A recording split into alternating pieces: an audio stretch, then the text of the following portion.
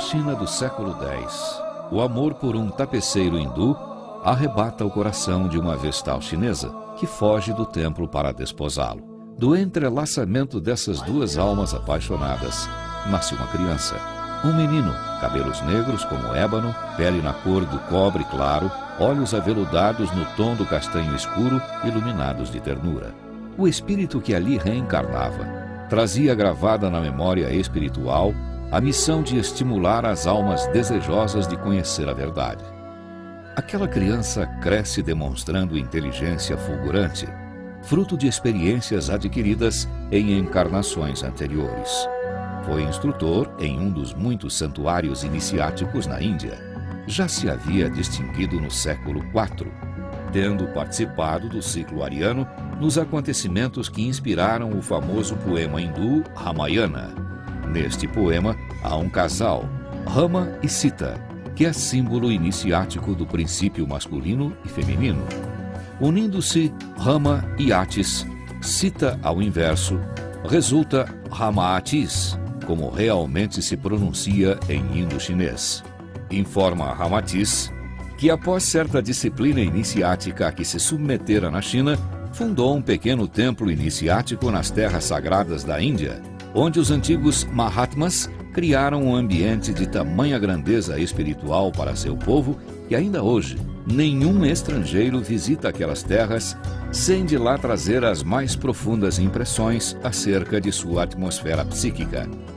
Foi adepto da tradição de Rama, naquela época, cultuando os ensinamentos do reino de Osíris, o Senhor da Luz, na inteligência das coisas divinas. Mais tarde, no espaço, filiou-se definitivamente a um grupo de trabalhadores espirituais cuja insígnia, em linguagem ocidental, era conhecida sob a pitoresca denominação de Templários das Cadeias do Amor. Trata-se de um agrupamento quase desconhecido nas colônias invisíveis do além, junto à região do Ocidente, onde se dedica a trabalhos profundamente ligados à psicologia oriental. O templo por ele fundado foi erguido pelas mãos de seus primeiros discípulos. Cada pedra de alvenaria recebeu o toque magnético pessoal dos futuros iniciados. Nesse templo, ele procurou aplicar a seus discípulos os conhecimentos adquiridos em inúmeras vidas anteriores. Alguns deles estão atualmente reencarnados em nosso mundo e já reconheceram o antigo mestre através desse toque misterioso, que não pode ser explicado na linguagem humana. Na Atlântida, foi contemporâneo do espírito que mais tarde seria conhecido como Allan Kardec, e na época era profundamente dedicado à matemática e às chamadas ciências positivas. Posteriormente, em sua passagem pelo Egito, no templo do faraó Mer-Nefta, filho de Ramsés, teve novo encontro com Kardec, que era então o sacerdote Amenófis. No período em que se encontrava em ebulição os princípios e teses esposados por Sócrates, Platão, Diógenes e mais tarde cultuados por Antístenes, viveu este espírito na Grécia na figura de conhecido mentor helênico, pregando entre discípulos ligados por grande afinidade espiritual à imortalidade da alma, cuja purificação ocorreria através de sucessivas reencarnações. Seus ensinamentos buscavam acentuar a consciência do dever, a autorreflexão e mostravam tendências nítidas de espiritualizar a vida. Cuidadosamente observando o deslocamento dos astros, conclui que uma ordem superior domina o universo. Muitas foram suas encarnações. Ele próprio afirma ser um número sideral. Embora tendo desencarnado ainda moço, Rama-Atis aliciou 72 discípulos, que, no entanto, após o desaparecimento do mestre, não puderam manter-se à altura do padrão iniciático original. Eram adeptos provindos de diversas correntes religiosas e espiritualistas do Egito, Índia, Grécia, China e até mesmo da Arábia. Apenas 17 conseguiram envergar a simbólica túnica azul e alcançar o último grau daquele ciclo iniciático. Em meados da década de 50, à exceção de 26 adeptos que estavam no espaço, desencarnados, cooperando nos trabalhos da Fraternidade da Cruz e do Triângulo, O restante havia se disseminado pelo nosso orbe, em várias latitudes geográficas. Destes, 18 reencarnaram no Brasil, 6 nas 3 Américas, do Sul, Central e do Norte, e os demais se espalharam pela Europa e principalmente pela Ásia. Em virtude de estar a Europa atingindo o final de sua missão civilizadora, alguns dos discípulos lá reencarnados emigrarão para o Brasil, em cujo território, afirma Ramatiz, se encarnarão os predecessores da generosa humanidade do terceiro milênio. A Fraternidade da Cruz e do Triângulo foi resultado da fusão no século passado, na região do Oriente, de duas importantes fraternidades que operavam do espaço em favor dos habitantes da Terra. Trata-se da Fraternidade da Cruz, com ação no Ocidente, divulgando os ensinamentos de Jesus, e da Fraternidade do Triângulo, ligada à tradição iniciática e espiritual do Oriente.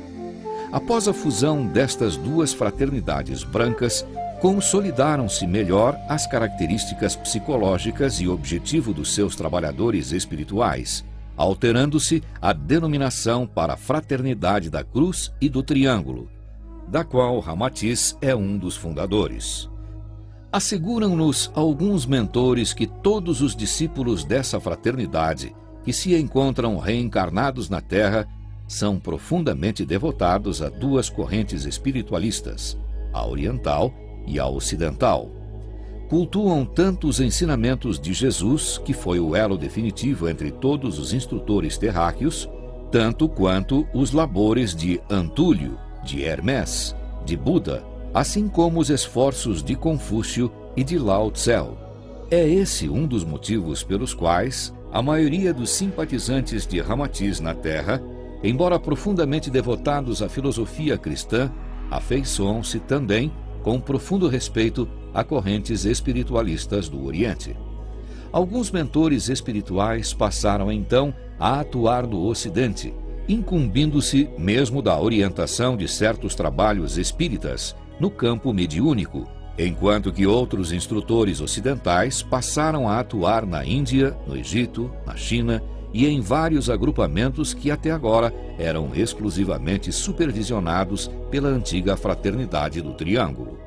Ramatiz se faz ver trajado tal qual um mestre indo-chinês do século X, da seguinte forma um tanto exótica: uma capa de seda branca, translúcida, aberta nas laterais, na cabeça um turbante que lhe cobre toda a cabeça, com uma esmeralda acima da testa, ornamentado por cordões finos e coloridos que lhe caem sobre os ombros, que representam antigas insígnias de atividades iniciáticas. Sobre o peito porta uma corrente de pequenos elos dourados, sob o qual pende um triângulo de suave lilás luminoso, emoldurando uma cruz lirial. A sua fisionomia é sempre terna e austera, com traços finos, com olhos ligeiramente repuxados e tez morena.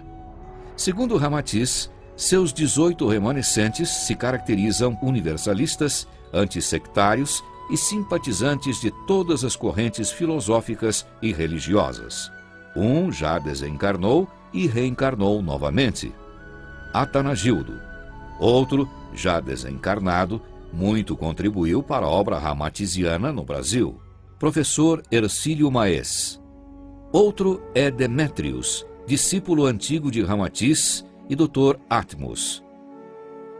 No templo que Ramatiz fundou na Índia, estes discípulos desenvolveram seus conhecimentos sobre magnetismo, astrologia, clarividência, psicometria, radiestesia e assuntos quirológicos aliados à filosofia do duplo etérico.